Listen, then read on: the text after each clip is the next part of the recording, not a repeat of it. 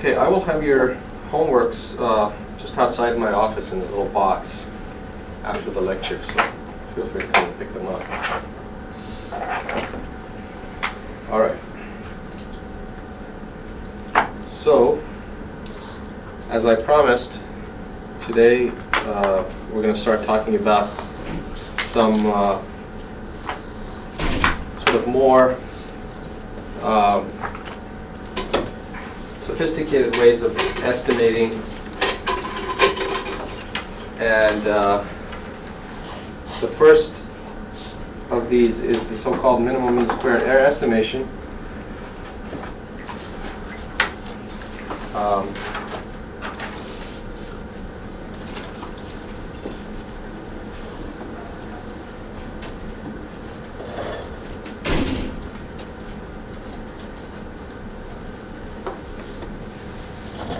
And by the way, if you're wondering where this material appears, it's in the books that you have. It's volume 1, chapters 10, 11, and 12. Okay, we're not going through every single detail of these chapters, but that's generally where the material occurs. Okay, so what's the idea behind this minimum mean square estimation? So the main concept is that you have two vectors. So you have two vectors, x and y. And these are random vectors with a joint density, which we're going to write p of x and y. Okay? And the idea here is that we want to use the fact that obviously since they come from this joint density, one is giving some information about the other, right? In other words, if they were completely independent of each other, then I wouldn't write p of x and y. I would write p of x times p of y, because they're independent. Okay? And one wouldn't give any information about the other. So in general, because they come from this joint density, they contain some information about one another. And the idea here is that we want to estimate a better value for x, in other words x hat, as a function of y. So we're going to call this an estimator for x as a function of y. And the way we're going to do this is, as I said, whatever this function is, we will have to optimize some criterion. And the criterion we're going to optimize is that we're going to minimize the expected value of the size of the error between x and x hat. This guy over x hat. Yeah. Okay? So this is the quantity that we're going to minimize. So now let's take this and write it as the expected value of the norm of phi of y minus x squared. It doesn't matter if you switch these because it's squared anyway, norm squared. Okay? And this is, of course, going to be an integral of this x hat minus x, norm squared, p of x and y, dx, dy. Okay? I put two integrals here because we are going to integrate over x and y. So this doesn't mean it's a two-dimensional integral. It means it's integrating over two variables, each of which might be n-dimensional. Okay? So there's two sets of integrals being calculated here. And so the idea is that I want to pick this function phi in such a way that this quantity here is minimized. Okay, now we know that p of x and y, this joint density, can be written as p of x given y times p of y. In other words, the joint density is the conditional density times what we call the marginal density of y. Okay? And just as a reminder, this p of y is the integral p of x and y dx. And this is what we call the marginal Okay? All right, so with this in place, let's rewrite this integral here. So this is the integral, norm, x hat minus x squared, e of xy dx dy. This is equal to integral e of x given y dy dx dy. Okay? And the next thing I'm going to do is I'm going to group these two integrals in a slightly different way. So I'll write this as the integral, and we put a bracket here, another integral, norm, x hat minus x squared, p of x given y dx, and then p of y dy. Okay? Let me just move this to the top so I can continue.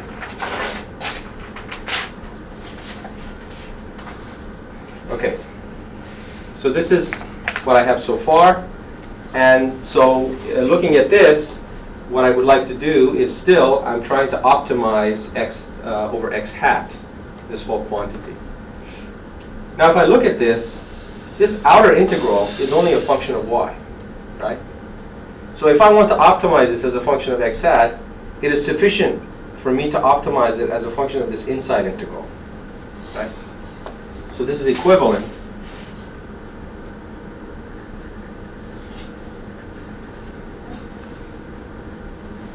I can minimize over x hat the integral of this norm, x hat minus x squared, e of x given y dx. Okay? And let me call this some j of x given y. Okay, so now we're going to do a little bit of algebra to see how this guy gets minimized as a function of this x hat. Okay, so writing it a little bit more explicitly, this is the integral x hat minus x transpose x hat minus x, e of x given y dx. And then I'm just going to expand this quadratic integral x hat transpose x hat minus 2 x hat transpose x plus x transpose x p of x given y dx. Okay? And then in order to minimize this, I'm going to take the derivative and set it equal to 0. So you take dj dx hat, and this is going to give you 2x hat times the integral p of x given y dx minus 2 integral x p of x given y dx. Okay? Now here, this is just a conditional density for a fixed value of y. So this integral is just the integral of some probability density function over the entire range of values. So this thing here is just 1. Okay? And this here has a name. This is simply the expected value of x given y. Okay?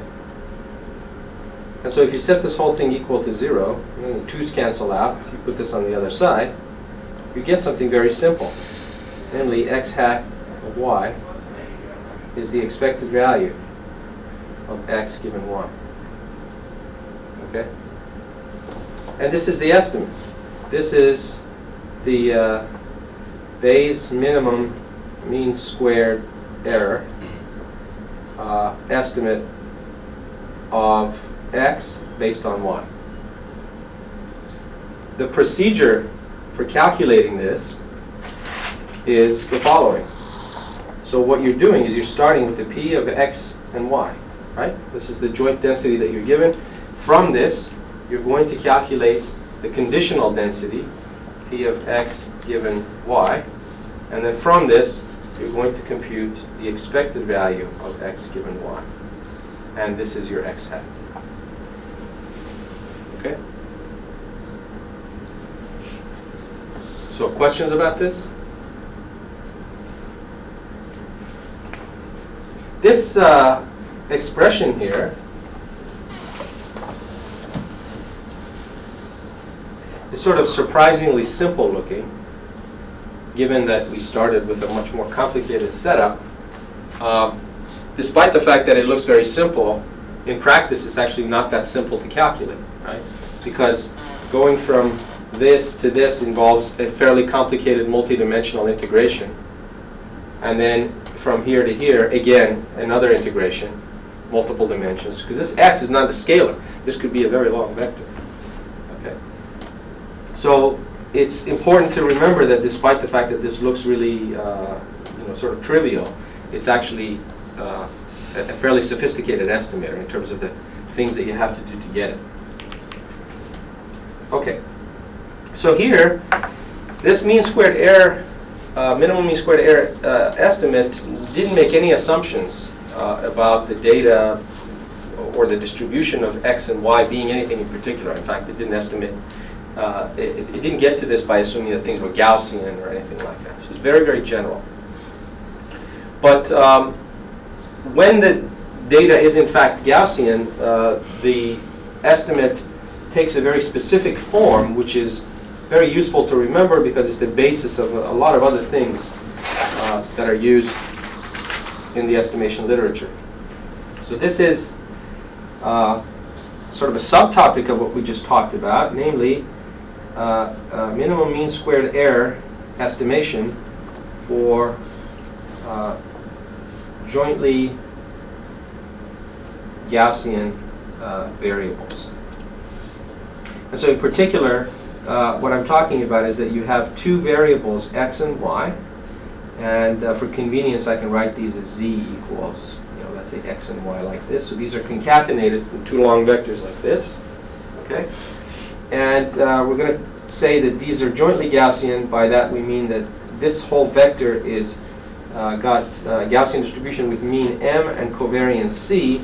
Because I've split this variable into two, then m and c ought to be expressible in this sort of split fashion as well. So m is actually two mean vectors, mx and my. These are each the means of x and y respectively.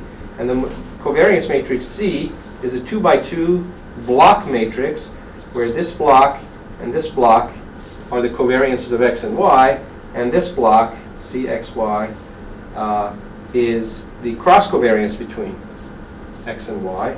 And because this is a symmetric matrix, this is cxy transpose. Okay? Now there is a long but not terribly painful proof of what the optimal estimate for this particular situation is. But suffice it to say, if you write down this Gaussian distribution for the joint variable x and y, then what you have to do is you have to integrate against one of these. And so what you're going to get is the conditional density after a bunch of algebra. It turns out to be also a Gaussian, but with a very different mean and covariance. In fact, the mean ends up being mx plus cxy cy inverse y minus my. So that's the mean, and the covariance turns out to be cx minus cxy cy inverse cxy transpose. Okay? Okay, so if this is the conditional density, then remember x hat, the minimum mean squared error, is the expected value of x given y. Right? So this is just that. It's just the mean of that conditional density. So the estimate is simply mx plus cxy cy inverse times y minus my. Okay. This is a pretty important equation. for the jointly Gaussian case. Not only because it's the estimate for the jointly Gaussian case, but also because we will use this equation, in fact, to come up with estimators that are optimal in a different sense, but have exactly the same form. So when you look at this, one of the things you will note is that it's a linear estimator. Right? It's an estimate of y, which is simply some matrix times y. It's an estimate of x, which is some matrix times y plus some constant. Okay. So it has this very simple form, linear. It turns out if we went back and considered our minimum mean square estimator in the general case, even if things weren't Gaussian, but we only considered estimators which are of this form, linear, then the best coefficients would turn out to be exactly the same. Okay, and this is something called the Gauss-Markov theorem. And I'll talk about that a little bit later in the course. Okay. So the significance of this is not just for the Gaussian case, but also as a general expression. If there are 10 things you're going to remember in this class, this would be one good thing to remember. Okay, it's extremely useful, even in the non-Gaussian case. Okay, a couple of other things to notice is that if we take a look at the covariance matrix. So the covariance, the error covariance, which is the covariance of x hat minus x, this is the cx minus cxy, cy inverse, cxy transpose. Okay, so this we know that this guy has to be positive definite, right? And I'm going to denote this by that. And by that I don't mean each element has to be positive. I mean the matrix has to be positive definite, because it's a covariance matrix by definition. Okay. We also know that this guy here was positive definite. Right? We started off with that. And in fact, if you look at this other term here, and just sort of compare this to the right-hand side, what you'll notice is that the covariance here is telling you something about the uncertainty in x that you've now estimated, right? What it's telling you is that what I'm calling the posterior covariance, this is the posterior covariance, right? X has two covariances. The one corresponding to x before you had y, and the one after you used y to get a better estimate of x. Right? So this is Cx is the prior covariance of x, and this is the posterior covariance of x, the after the integration of y. Now if you look at this, this is actually smaller than that. Okay, you can think of it in terms of positive definiteness, but if you just simply think of them as scalars. So think of this as a positive scalar, this is a positive scalar, you know this whole thing is a positive scalar. So what this tells you is that the covariance has been reduced. And what that means is that the uncertainty in the value of x has been reduced by virtue of the fact that you have now integrated information from this other variable y, which was related to it. Okay?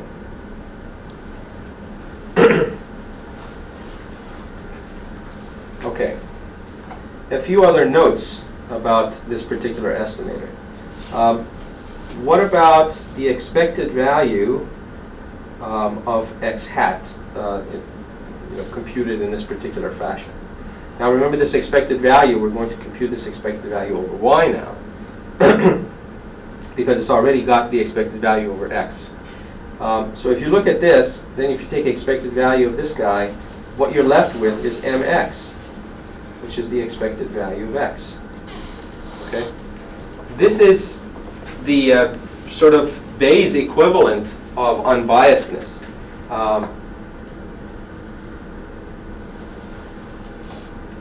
Okay. In other words, if the expected value of your estimate is the same as the expected value of the variable before you started, then we call it an unbiased estimator. In fact, the same is true not just for this case, but generally speaking. In fact, if you look at x hat equals e of x given y, this is in fact an unbiased estimator. Because if you take an expected value of this guy again, expected value of x hat given y, what do you end up with? You get rid of the y basically. Right? So you end up with expected value of x, which is to say that it's unbiased. Okay. So this is a nice estimator. Generically, it gives you an unbiased result.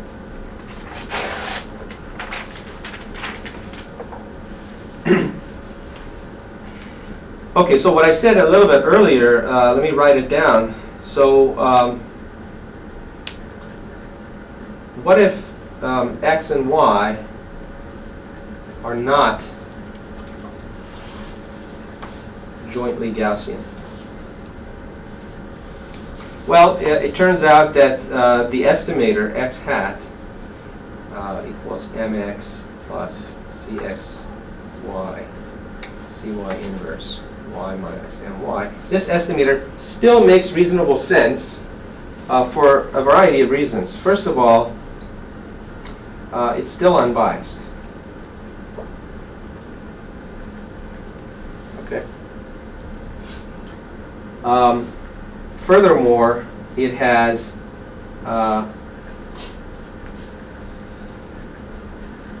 the smallest mean squared error among all estimators of the form x hat equals a y plus b. Okay, so here you have a very specific a and b. So if you constrained yourself to the class of linear estimators, even if the data was not jointly Gaussian, this would in fact give you the smallest mean squared error. And of course, probably the biggest advantage is that it's simple, right?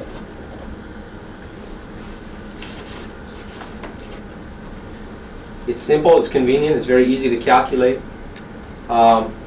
In fact, because of all these properties, this is called the best linear unbiased estimator. Okay, or blue.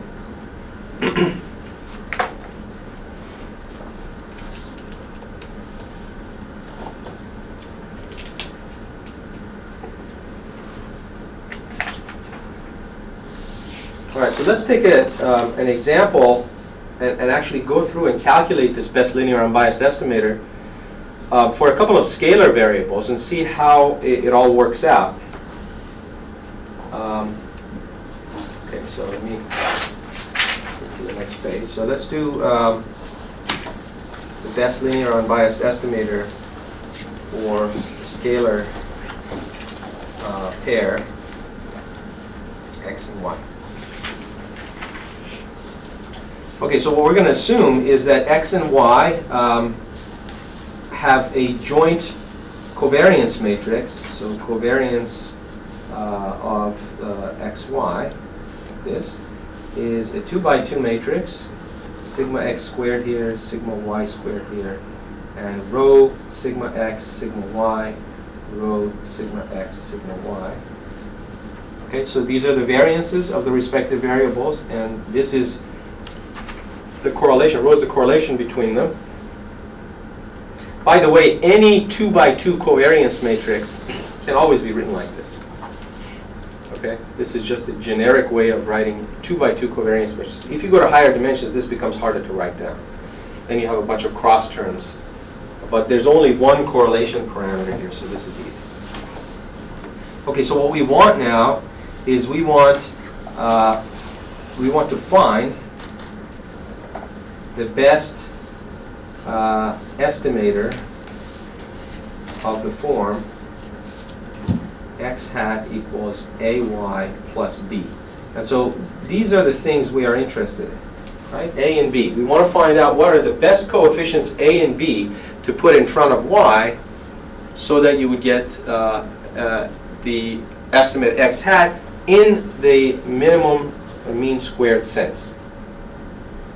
Okay, so mathematically speaking, what we want to do is to minimize over a and b the expected value of x minus x hat squared, which is the expected value of x minus ay minus b squared. Okay, so we want to minimize this over a and b. Okay? And this is just the mean squared error as a function of a and b, which we're trying to minimize. Okay, so let's write this out in a very explicit way, and what we get is mean squared error is the expected value. I'm just going to square this value, x squared minus 2bx minus 2ayx plus b squared plus 2ayb plus a squared y. Okay? And then you carry the expected value through this whole thing, and you get expected value x squared minus 2b expected value of x minus 2a expected value of xy plus b squared plus 2ab expected value of y plus a squared expected value of y squared. Yeah? I'm getting confused between the minimal squared estimator and a weighted least squares estimator. What is the... let me see if I can clarify your question. Why are you mixing the two together? For some reason, the way I see this is you're taking the square of the error for each sample, and you're basically weighing it by the PDF. PDF of what? Of x and y. Let me go back and let's take a look. Let's see. Are you talking about this? Yes. Okay. So what this is, I guess to repeat what you said, this is the mean squared error weighted by the posterior distribution of x. Mm-hmm. So this is a weight that is not arbitrary, I guess if you want to think about it that way. Okay. This weight is given specifically by the joint distribution of x and y. So if I give you p of x and y, and you use that to come up with a posterior distribution, which is p of x given y, then that is the weight that you're going to use to make what you're calling a weighted least squares problem. So this looks like a least squares problem in a sense, except that each term here has this kind of weight attached to it. And that's correct, except that the weights are not arbitrary. The difference is weighted least squares, you can make the weights anything. You can make the weights any positive definite matrix. So right, we had x transpose wx. This is not an arbitrary function. This is a function that is determined ahead of time. It's a PDF that I gave you, or somebody gave you, which constrains how x and y can behave. Does that help answer your question? Okay.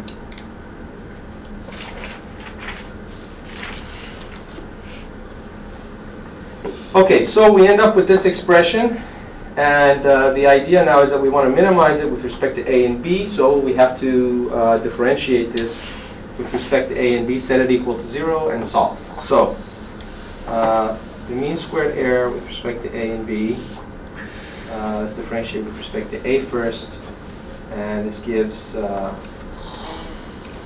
I'm going to set this equal to 0. And I'm going to skip a few steps. You get a expected value of a squared plus b expected value of y equals expected value of x and y. So obviously just one equation is not enough. We need to differentiate the other one as well.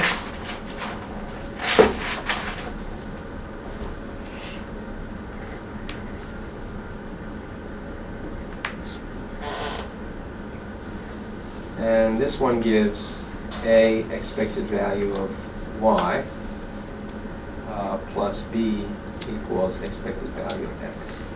Okay, so now we have two equations. So this is equation 1 and equation 2, and two unknowns. Okay, so we have a linear set of equations with two unknowns, and we solve them. So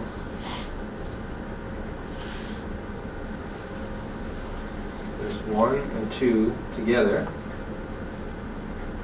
And you solve these, and what you get is the optimal A, let's call it A hat, is expected value of xy minus expected value of x, expected value of y, divided by expected value of y squared minus expected value of y squared. Okay, another way to write this is this numerator is the covariance of x and y, and the denominator is variance of y. Okay, so the covariance of x and y, this would be rho sigma x sigma y, and the denominator is sigma y squared. Okay, so you simplify this, and you get rho times sigma x over sigma y. So that's the best coefficient A hat. When you solve for the other one, B hat is, you have to plug it in, and you get expected value of x minus rho sigma x sigma y expected value of y. Okay.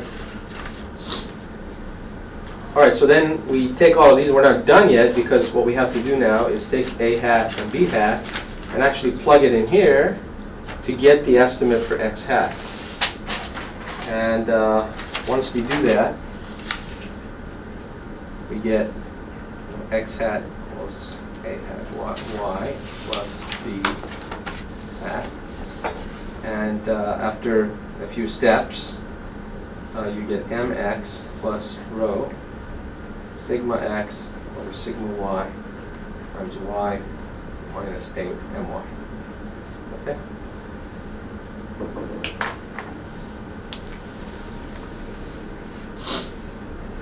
So this is your best linear unbiased estimator. No Gaussianity assumptions, nothing.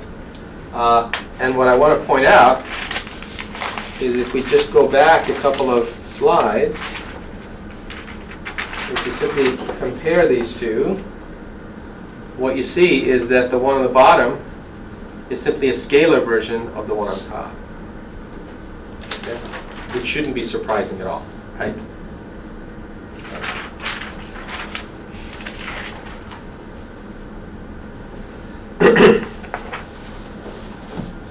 Okay. So, going back to the Gaussian case, we can consider a more general model, which is Gaussian linear measurements. And what I mean by that is, instead of just saying I have an x and a y which are jointly Gaussian, I'm going to make a more specific measurement model, which is, I'm going to say y is in fact some h times x plus w. Okay? And I'm going to say w is some Gaussian noise.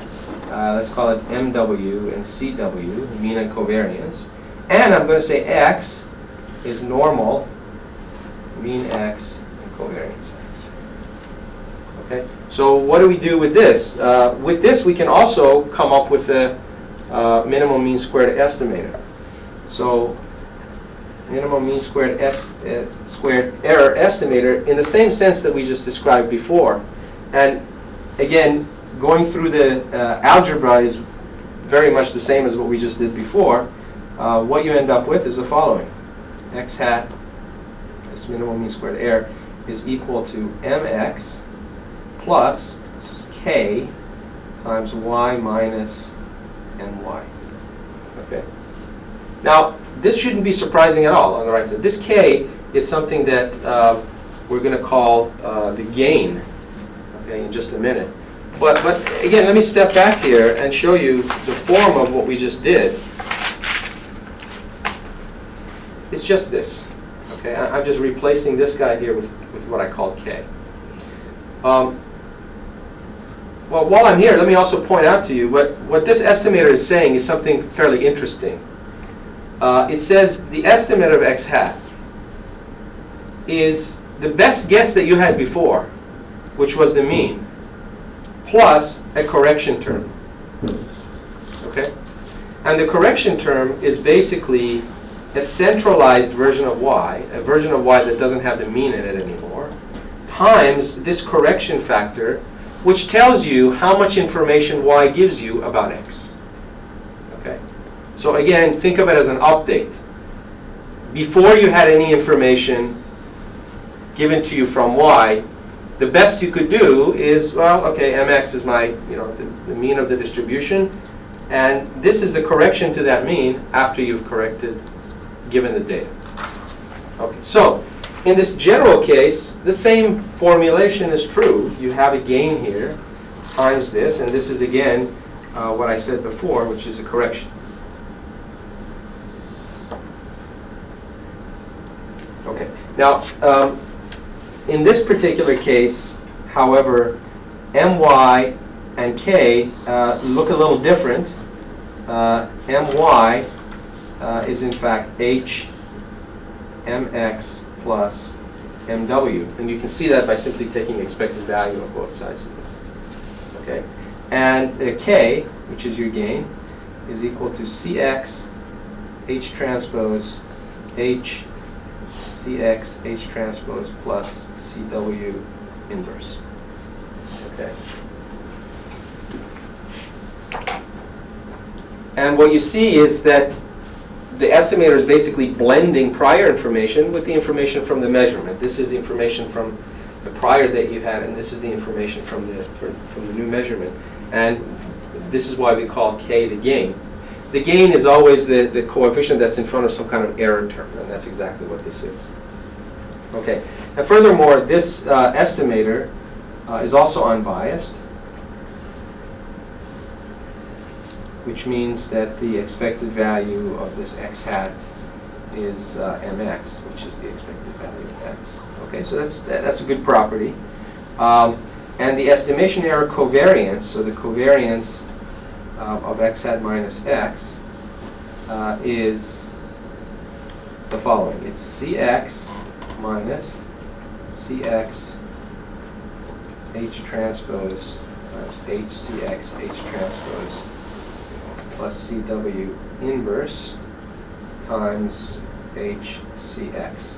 And this looks a little bit complicated, but we can in fact simplify it and write it like this.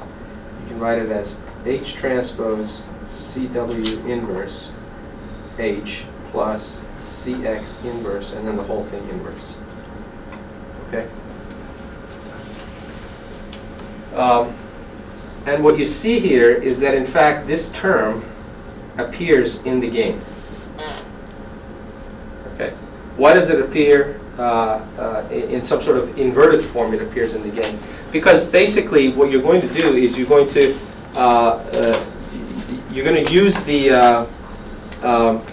level of uncertainty that you had from the measurement and the level of uncertainty that you had about the variable x, and combine them together to get a new estimate.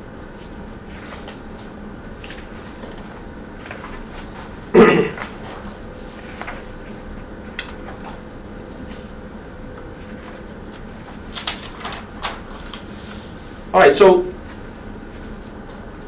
at this point we've talked about different kinds of Bayesian estimation. The kind that we talked about before was MAP, right? Maximum a posteriori. The kind that we talked about now is this minimum mean squared error, or MMSE. How are they related to each other, and why use one versus the other? This is very easy to see in some sense, in just looking at the geometry of the distributions. So let's say, okay, so I'm going to talk about MMSE versus MAP, which to use. Okay, I'm not going to answer the question which to use. but I'll give you enough information that for a given problem you can make that decision. Okay, so suppose this y is the quantity being measured,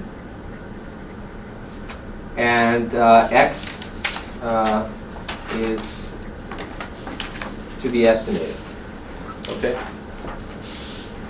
And so let's say x has a prior density, let's call it p of x. Okay? And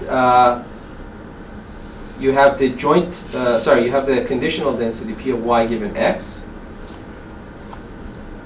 And if you multiplied this by p of x, this would be your posterior density. Okay?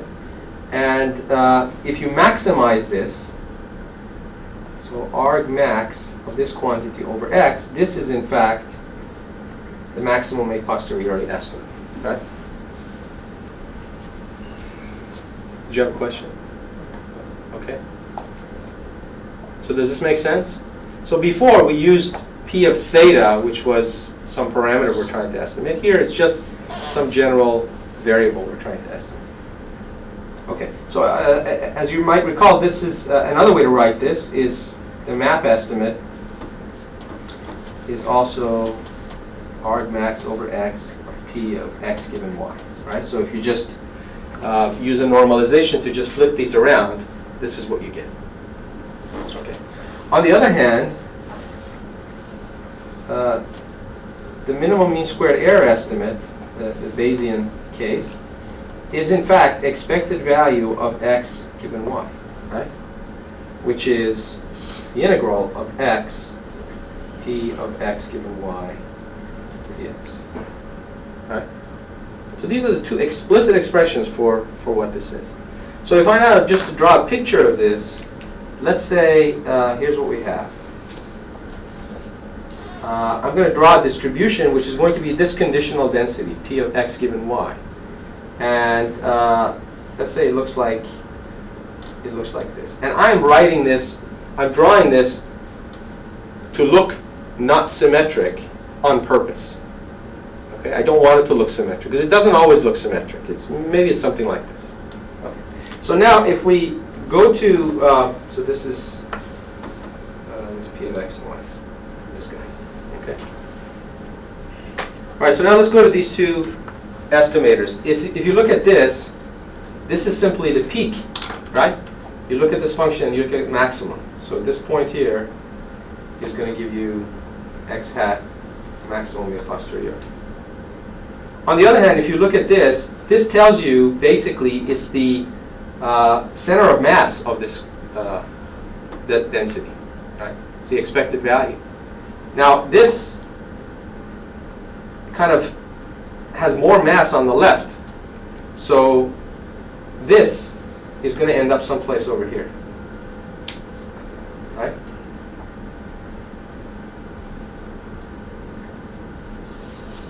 Okay. In other words, whereas this is the peak and this is the expected value, they don't necessarily have to match because this posterior is not symmetric. If the posterior is symmetric, then of course you get the same answer. If the x and y are jointly Gaussian, you get the same answer. Okay. So then you might ask the question, why or when would I use MMSE versus maximum likelihood, maximum a posteriori? And my answer would be there isn't a simple response to that. The fact is, this guy is actually easier to estimate because all you're trying to do is to find the peak of this curve. This guy, you need to do yet another integral to find that expected value. Okay? And it's really up to you to choose the proper estimator for the particular problem that you're looking at. Okay? Any questions about this overall setup?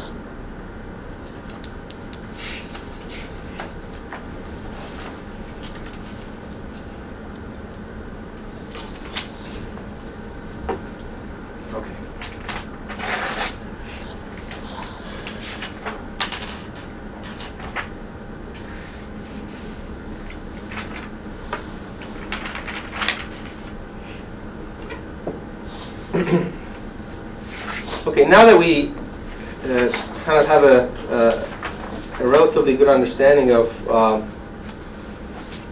estimating random signals.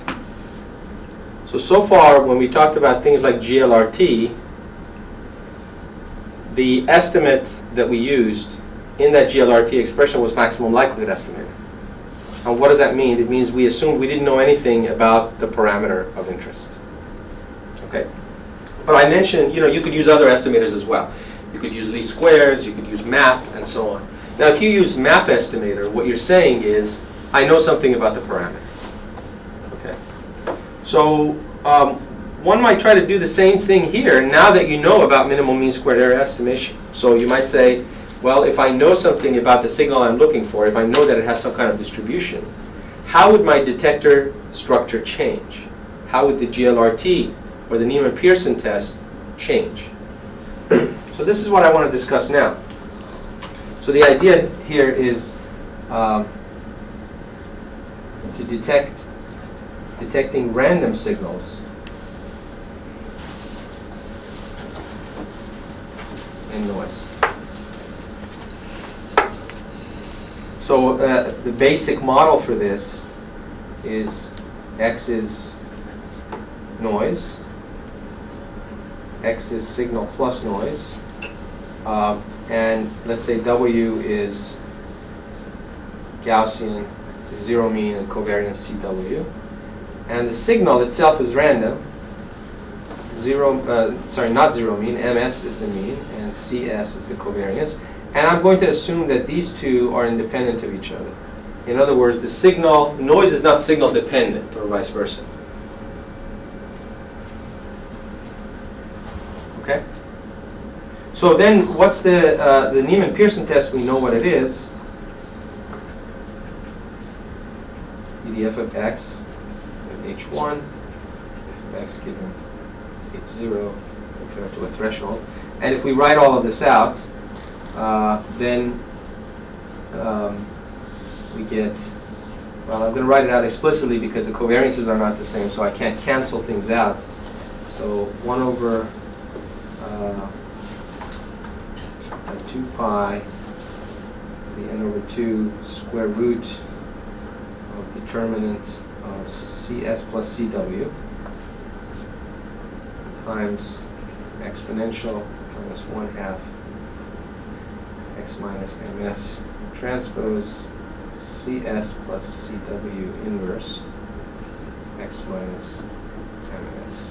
Okay, so this is the numerator, and the denominator, 1 over, again, 2 pi, n over 2 square root determinant CW,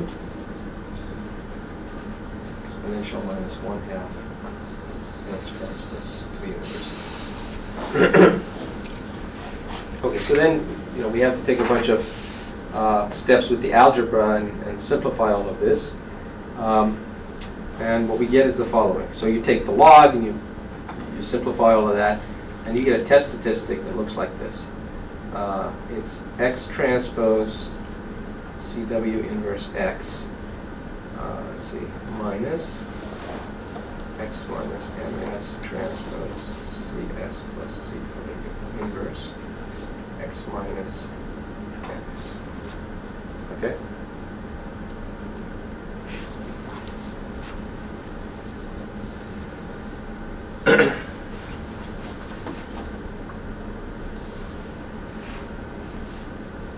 Okay, so if we take a look at this, if we expand this out, there will be a bunch of terms that don't depend on the data at all. So MS, CS plus CW times MS, there's no dependence on the data. So those can be absorbed into the threshold, which is on the other side of this comparison.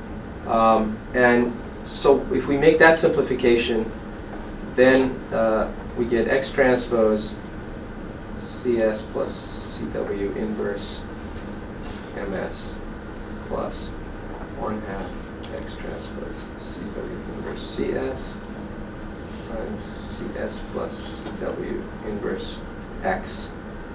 Okay, and this gets compared to some other threshold gamma prime.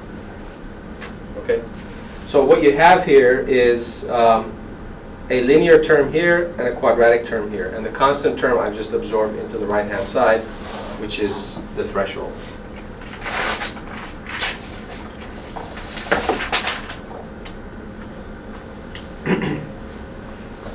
It's useful to look at some special cases. For example, if the signal happens to be zero mean. So for mean equal to 0, then the test statistic is T prime of X is 1/2 X transpose CW inverse CS times CS plus CW inverse X. Okay. Why is this interesting? Because this term here is in fact the minimal mean square estimate of the signal S. So if you look at the results that we just showed you about estimating a random variable X from Y, now think about it, if you just go back here and you think about just this equation, okay? And suppose you want to estimate S based on X using minimum mean squared error. What would that be? It turns out it would be exactly this. Okay? So this term here is S hat minimum mean squared error. So what this says is, I can write this slightly differently. X transpose CW inverse times S hat. Right? And what does this look like? Let's forget about this for a second. This is a match filter. Right? It's a match filter except for the fact that because S is random, I first estimate it using minimum mean squared error. Okay. And if you want to leave the CW inverse in there, then it's what we call the generalized match filter. Except for the fact that S is, again, estimated. It's not just its mean. It's, in fact, estimated. So, now you can think about why people don't use the map estimator and they use this one. Because if you use a map estimator, then you won't have directly this interpretation in your estimator. Maximum likelihood gives you a nice interpretation, right? If you use the maximum likelihood, what you got was simply an energy detector. Yes? Can you show the previous page for a second?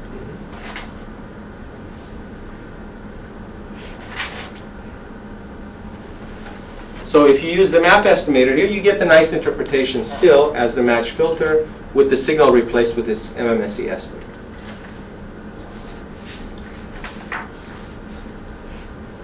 All right, another special case.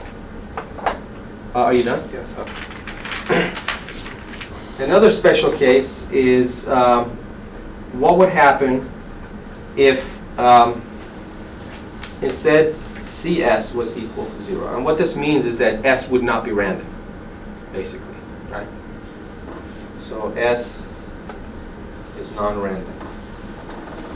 If covariance is 0, it means that signal is deterministic. Well, if you simplify the expression that we had, if you simplify this expression, then this part would just go away. And your test statistic simply become X transpose CW inverse MS.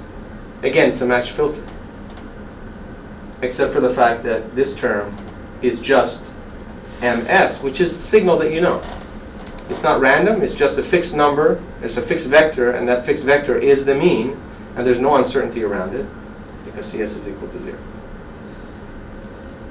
Okay, so again, a nice, straightforward interpretation.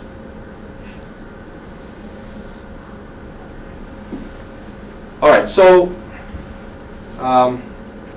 the last really important subject with respect to this is what I mentioned earlier, which was doing the Bayes minimum mean square error estimation in the non-Gaussian case using a linear model.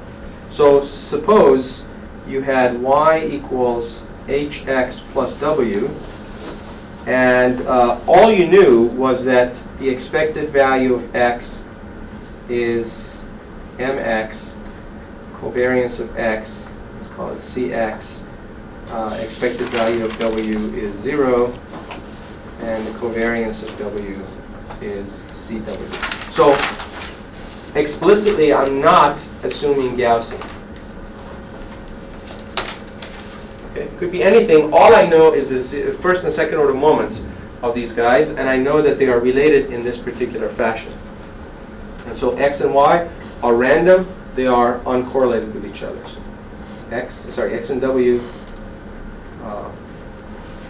uncorrelated, not necessarily Gaussian. And so what I would like to do now is to find an estimator for x based on y that is optimal in the minimum mean squared error sense. Okay? Yeah. Why aren't you assuming that x and y are independent? I'm sorry? Why are you not assuming that x and y are independent? Because I don't need that. Okay. Okay?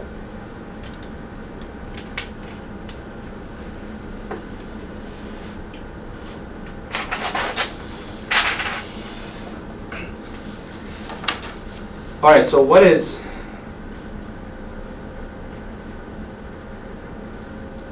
the best linear minimum mean squared error estimator, x hat? Again, linear is very important here. And that estimate turns out to be the following. mx plus cx h transpose h cx h transpose plus cw inverse times y minus h mx. Okay?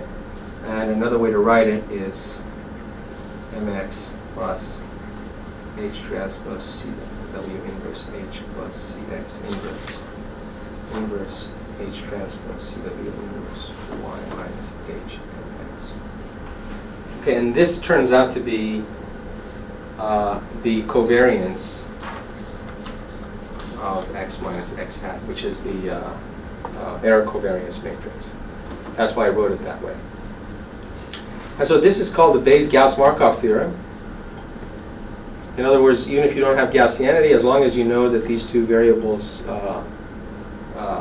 you know the mean and the covariance, you can still write the best linear minimum mean squared estimate, and it will look like that.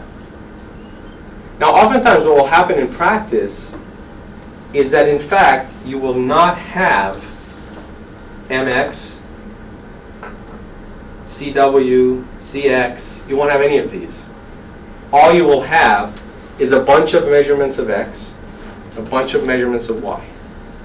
Okay? So then what do? A typical approach is you use all the measurements of x that you have, and you estimate c of x, or cx, okay? And you estimate mx. You use your measurements to estimate as many of the unknowns here as possible, and then you just plug it in. Now, is that going to be an optimal estimator? Not anymore. Not in this sense. But what you're doing is you're kind of coming up with an expression for the optimal estimator in the best linear minimum mean square error sense. And then you're saying, okay, there's these parameters I don't know, and I'm just going to estimate them somehow using maximum likelihood, maximum a posteriori, and so on. I'm going to plug them in. Okay? And it turns out that if those estimators of these sort of extra parameters, if those are good, then you will get a reasonable estimator. Okay? So the plug-in estimator will work pretty well. There's results that can prove that, but the plug-in estimator will work pretty well so long as the estimates of these covariance matrices are relatively accurate. And you can see what might happen if they're not, right? So here, Cx and Cx inverse, you can cause some damage if you don't estimate these accurately. So typically, if you have a lot of samples of x and a lot of samples of y, it's not a problem. In fact, even without this, let me just go back for a second. Do the same thing.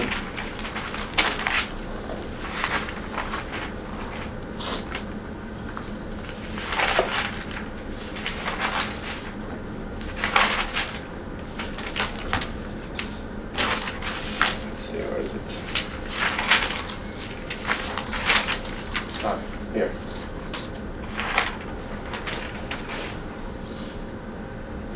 This, again, not jointly Gaussian. Let's say you have a bunch of x's. Okay, I give you a box full of measurements of x and a box full of measurements of y, or values of y, and then you want to do this. So what do? You estimate my, you estimate mx, you estimate the covariance cy inverse, you estimate the cross covariance cxy, and then you just plug it into this equation. And it won't be optimal in its smallest mean squared error sense because these parameters are estimated, but it won't be so bad in general. Okay? For large samples, it'll be consistent and it will work fine. Okay? And we know that because for large samples, we know that the estimates of the mean and the estimates of the covariance are going to be pretty good. You can use maximum likelihood, least squares, whatever you want. Okay? Yeah. Is that the thing that the Kalman filter do? Yeah, basically. Basically. I mean, in the Kalman filter, you typically know the distribution of your samples fairly accurately before you start. But the point is, even if you don't, you can kind of learn them as you go along. And then you have to be worried. In the case of the Kalman filter, there's something else you have to worry about, which is that because it is updating in a dynamic sense, you have to worry about its convergence, right? So that if you just think of the Kalman filter as a dynamic system, right? And we know that in the generic case, it's stable. The gain has eigenvalues that are less than 1, so the thing doesn't blow up. So one of the risks is that if you're doing this and somehow these are inaccurately estimated, then you run the risk of having the gain here suddenly have an eigenvalue bigger than 1, and then the filter begins to diverge. So that's something you have to worry about. Was there another question? I saw somebody else raise their hand. Oh, okay.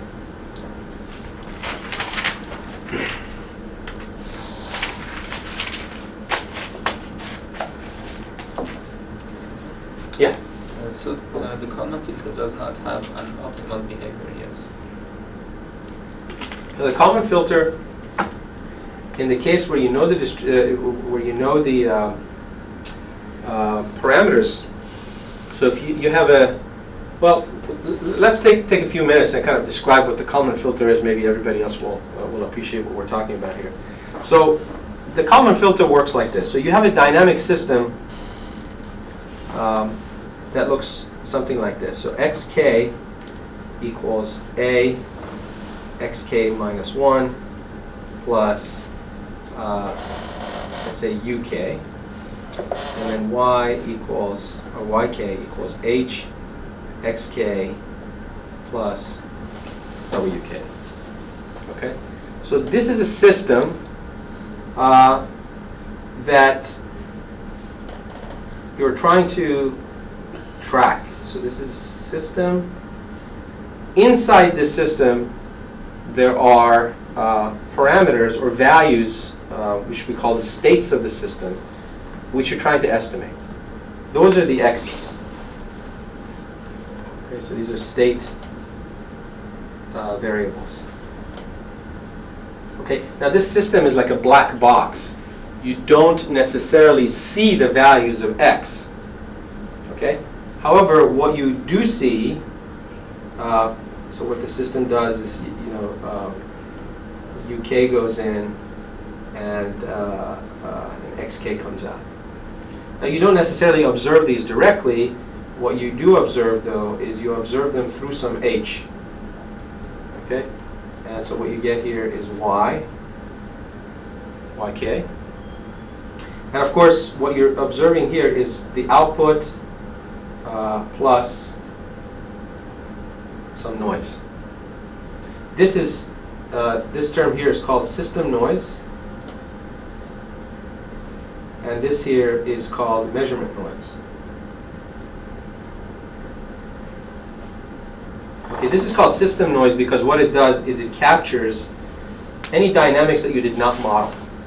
Remember, this is a very simple model. It just says that the system updates with some fixed matrix A. In the most general case, by the way, A is not fixed. So A can, in fact, evolve over time as well, and so can H. But the simplest scenario is you have an A, and the system is evolving according to this equation, but this is not necessarily a perfect description of the behavior of the internal behavior of the system. So you add this additional term, which is the system noise. Then here you have measurement noise, which is, what you have is you have a bunch of probes on the system. You're measuring, let's say, an output current, right? You can't measure everything inside the circuit. You're just measuring an output someplace, and that's what this is. And the measurement is always going to be noisy, and so that's this term here. Okay, so what is the point of the Kalman filter? The point of the Kalman filter is to take the measurements yk, and from these,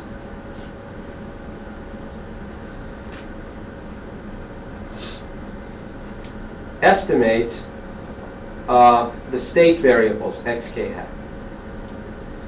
Okay? And the way it does it is if you know that this system noise is Gaussian, and you know that the measurement noise is also Gaussian, and let's say independent of each other, then what happens is that this xk hat effectively works like the estimator that we just showed you.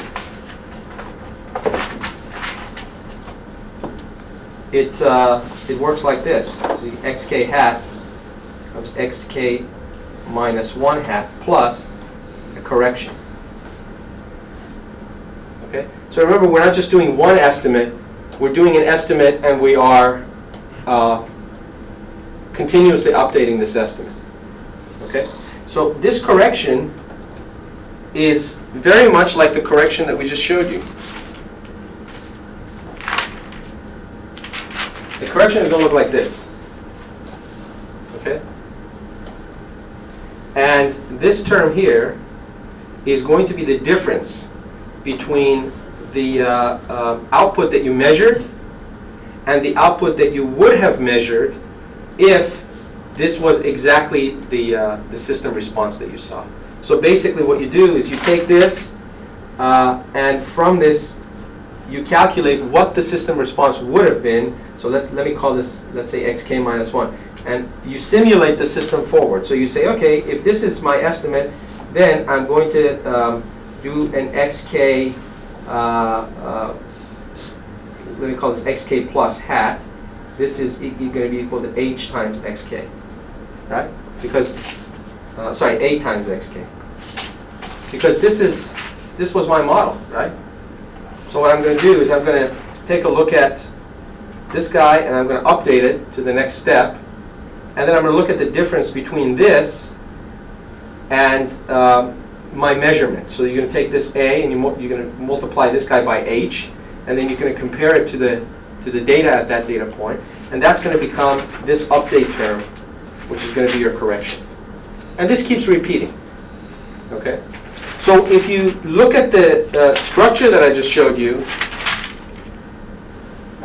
this correction term is going to be some gain, and let's call it k, k sub k. And the measurement here, the correction here is going to be something like yk minus something related to yk hat. Okay, I'm being very loose here, as the notation gets very complicated, because you don't just have one update. You have the update using the system equation, and then you have the update after you get the measurement. So there's two sets of updates, and you have to keep track of those updates. Okay? So again, but what it is in the case where the data is all Gaussian, the noise is Gaussian, and the system noise is Gaussian, and the measurement noise is Gaussian, then this is simply a linear update equation. Okay? If the system noise and the measurement noise are not Gaussian, then the best estimate in general, there's not going to be a linear estimator. But what the Kalman filter says is, I don't care. I'm going to construct a linear estimator at every step. So what the Kalman filter does is it uses this Bayes Gauss-Markov theorem and says, I don't care if these noises are not Gaussian, at every step I'm going to come up with an estimator like this. And it finds the best coefficient k to put in front of this gain, to put in front of this correction term. Okay? And so I'm not sure if I answered your question, but the bottom line is the Bayes Gauss-Markov theorem allows you to design an optimal stepwise linear estimator, which is the best linear estimator regardless of the distribution of UK and WK. Now, I think part of your question was, is it stable? Was that what you asked? No. So what can you repeat? I asked, I just want to know about the optimality of the Kalman filter. It's optimal stepwise in this linear minimum mean squared error sense. So that's what I can tell you, regardless of the distribution of the data, in the sense that you're restricting yourself to a linear estimator at every step. If you don't want to restrict yourself to a linear estimator, you just want to do a general Bayesian minimum mean square error estimator, then your estimate at each step, instead of being this, is going to be x hat equals the expected value of a conditional distribution, right? That would be the more complicated version of this. Then this is not going to be linear anymore. It's going to be some ugly thing that you have to carry forward with you. And the other disadvantage of that is that you can no longer just carry with you the covariance matrix. For a linear estimator, all you need is the value of the estimator, its mean and covariance. You're set. You just propagate that forward. It's easy to do. That's what the standard Kalman filter does. If you replace this with expected value or something, you have to actually propagate forward that conditional density, which becomes very, very difficult to do. So oftentimes people will linearize things, and then that's called the extended Kalman filter, and so on. You have to worry about the stability. There's a lot of details that go into that kind of design. If you're interested in learning more about this, there's an excellent book which doesn't really have a lot of the nitty-gritty theory, but it gives you the basic idea. The title of the book now escapes me, but the name of the author is Arthur Gelb. Okay, it's a book that is widely available and it's widely used for, practical design of Kalman filters and things like that.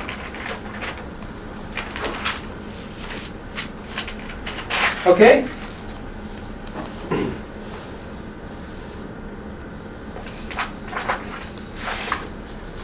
All right, so let's see.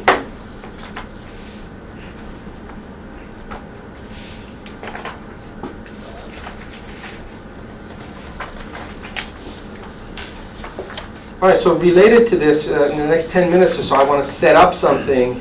I won't go ahead and solve it until the next lecture, but I want to set up something which, again, is related to this business of the Kalman filter.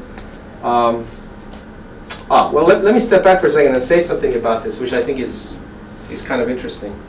Let's say that your system model was this, right? So these are the internal dynamics of the system, and this is the measurements, and so on. When you first start to estimate the values of xk, you're going to be wrong at the very beginning, right? So if you remember back when we talked about sequential least squares, when we talked about sequential least squares, we made a guess of theta at the first iteration. We had no data. That guess wasn't very good. We gave it a very large covariance because we didn't know much about it. And then as time went on, that guess got better and better and better. Okay? So as this estimate gets better and better and better, what you call that in the context of the Kalman filter is called tracking. Right? So your estimate of the state is bad at the beginning, and as you get more and more measurements and as you observe the system for a longer time, you start to track x very nicely. Okay? You stay within a small band around the true value of the state, and you can in fact find what that bound is by looking at the covariance of this estimate. Okay?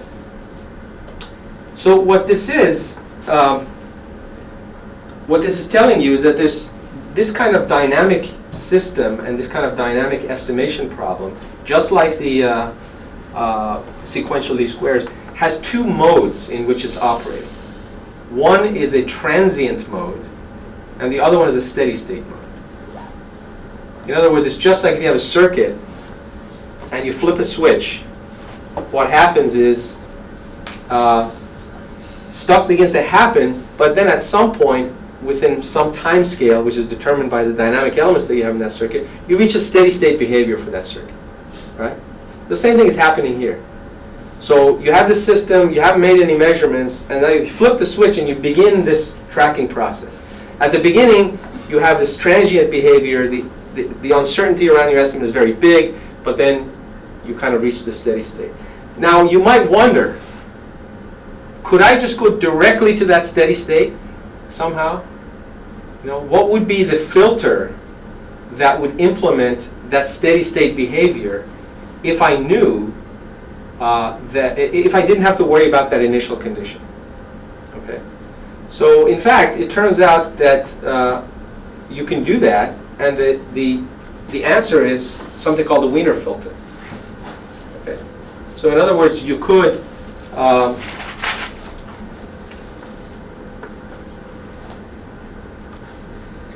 steady state behavior of a Kalman filter. This gives you what we call the Wiener filter. Now, there are a few things worth mentioning about this. One is that the reason why we get this transient behavior is simply because we have causality. We are operating in time steps that only go forward. Okay? You start with a measurement you don't have, and you get a next measurement, then you get the next measurement, and you get the next measurement, right? In other words, the Kalman filter can't do anything, or the sequential least squares, for that matter, can't do anything but just update one step at a time, right? But what if I gave you all the data at once? Now let's go back. Now that we know this happens, let's go back and I give you all the data at once. Can you now design a filter based on all the data in one shot that will have the same performance as the Kalman filter once the Kalman filter has reached the steady state? It's a reasonable question to ask, right? And it turns out the answer to that is the Wiener filter. Okay. So let me just set up the framework for this, and then next time we'll get into the details of how this all works. And I'm going to do it for the scalar case because it's easier to describe. Okay, so the Wiener filter. So the setup is we're given a bunch of data, let's say x0, x1, xn minus 1. And I'm going to assume that this is a scalar random process. And I'm also going to assume that it is so-called wide sense stationary and zero mean. So expected value of x is always 0 at every point in time. So each of these is a random variable. And it's wide sense stationary, and I think we described this, we defined this at the very beginning of the course. What that means is that the statistics of x don't change over time. Right? So if there's sort of the same mean and the same covariance over time. Okay, so let's take a look at let me define the autocorrelation function, which again I think we've talked about. So this, if you remember, is Rxx k. This is the expected value of xn times xn plus k. Okay? So these x's are obviously going to be related to each other if we're going to say something about them. And the assumption of wide sense stationarity is that this autocorrelation function depends only on the lag between the samples and not the exact position. So the correlation between any two samples that are k apart is going to be the same no matter where they occur. Okay. So now let's take this and write it in a sort of vector form. So let's write x, x0, x1, xn minus 1. Okay, and then I can write a covariance matrix for this x. It's called Cx. And that's going to be like this: Rxx0, Rxx1, Rxx n minus 1. And then we put down here to Rxx minus 1, Rxx n minus 2, Rxx0. Okay? So with this setup, now I can ask several questions. Problems we can solve. So one of them is a so-called filtering problem. So suppose I have x of m equals some signal s of m plus noise, say w of m. And I have m equals 0 to little n. I want to distinguish this little n from the capital N here because it doesn't have to be the whole thing. Okay? And what I would like to do is to estimate the signal based on all the past data that I have. So the idea is to estimate S of n based on all x of m for m equals 0 to n. Okay, so what this is a prediction problem, basically, or it's a filtering problem, I should say. Okay, and it's causal. So you're going forward in time. This is basically what we did with the sequential least squares, and at every point in time, you're trying to estimate you're trying to get a better estimate for the value given what you had before. Okay, so this is one way to look at it. Another way to look at it is the so-called smoothing.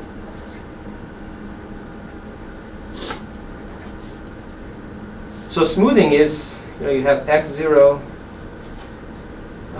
x n minus 1. So what if now I gave you all the data?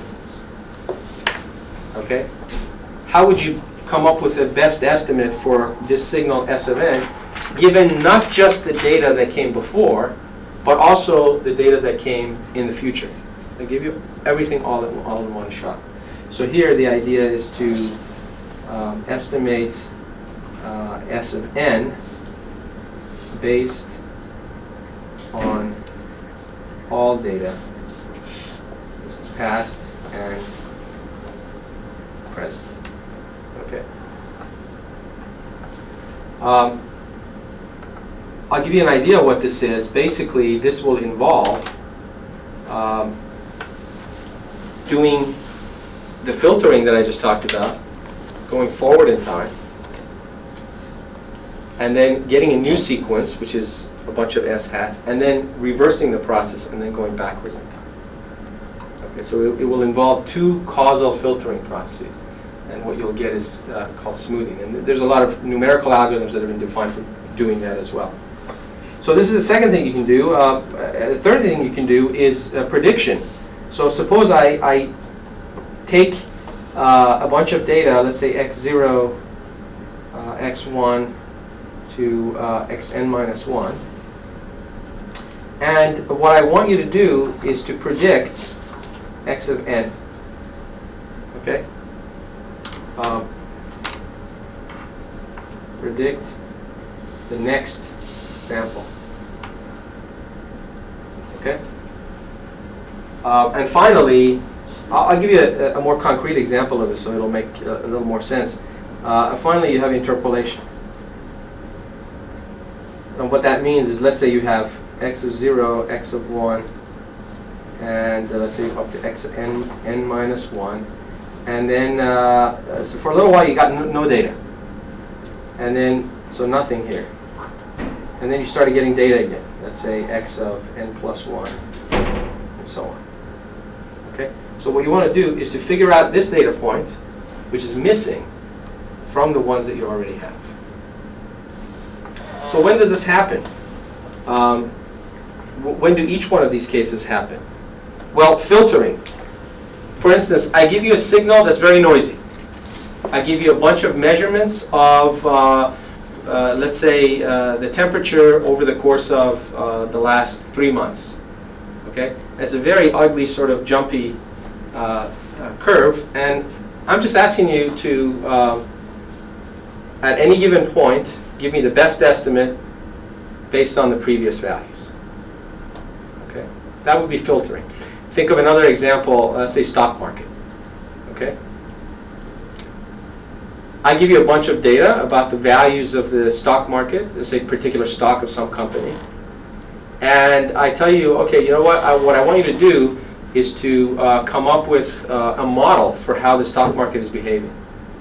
So you're going to go and you're going to filter this data, and you're going to come up with some smooth curve, and then we're going to look at that smooth curve and say, you know what, when this political event happened, it went down, this political event happened when it went up. So you want to look at gross behavior as opposed to kind of the jumpy behavior that we usually get. Okay, smoothing. What would happen there? Here, you might want to give me an estimate of a particular day's stock market value based on all the data that you have in the last 20 years. And if that date doesn't happen to be today, if that date happens to be, let's say, last month, then you have data 20 years before that date, and then you also have data a month after that date. Okay, so you want to come up with the best estimate on a particular date, given the stuff before it and given the stuff after. What about here? Something like this. This is, of course, where you make money, right? I give you the history of the stock market, the last, 20 years, 10 years. Predict the value of the stock market tomorrow. You do that well, boy, you'll make a lot of money. And this is what Wall Street people do every day, all day. Okay? They're making guesses about what the values will be. And finally, this happens a lot in science. You have some sensor sitting someplace taking data, and all the data is getting collected, it gets sent to you, and you realize, for about 3 minutes, the sensor just went dead. Okay? So you had data for 5 hours, and another 5 hours, and in the middle you got nothing. And you have to somehow figure out what happened in between. And that's the interpolation part. So it turns out with the setup that we have, with the minimum mean squared error setup that we've studied, with the linear minimum mean squared error setup that we've studied so far, in fact, we can address all of these questions and give you some basic results for how they work and how they're related to each other and how they're in fact different. Okay? So we'll do that next time. Any questions? Okay. So, in one of your examples, you found the MMSE estimation, and you said it's very difficult to find the MAP. No, actually I said the opposite. I said MAP is usually easy. MMSE is hard. Does that make sense? Let me go back and repeat what I said.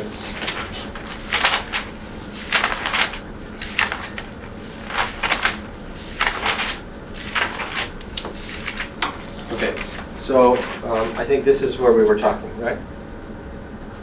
Okay, so what I was saying was that in order to get this guy, this is not too hard to do because if I have the prior and I have the conditional density, I just multiply them and normalize and I get this guy, right? On the other hand, in order to get the minimum mean squared error, I now have to find the expected value of this quantity, which in general is not an easy integral to calculate. So computationally, most of the time, not all the time, this is easier than that. Now, having said that, if you now make use of what I said at the end here, which was the Bayesian Gauss-Markov theorem, then you can do this kind of stuff with a linear estimator. Then that's really easy, right? And it may be, in fact, easier than computing the map estimate. So you can do that too. Okay. Other questions? Okay. We'll see you next time.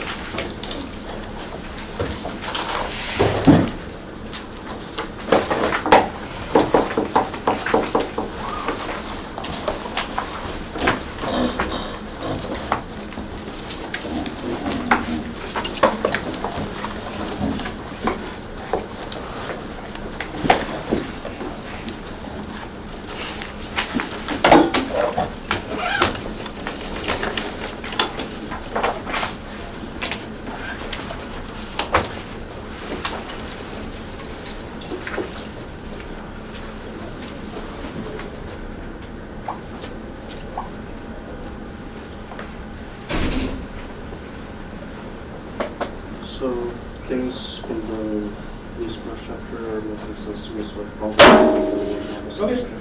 Good. I'm glad that makes sense. Took a while.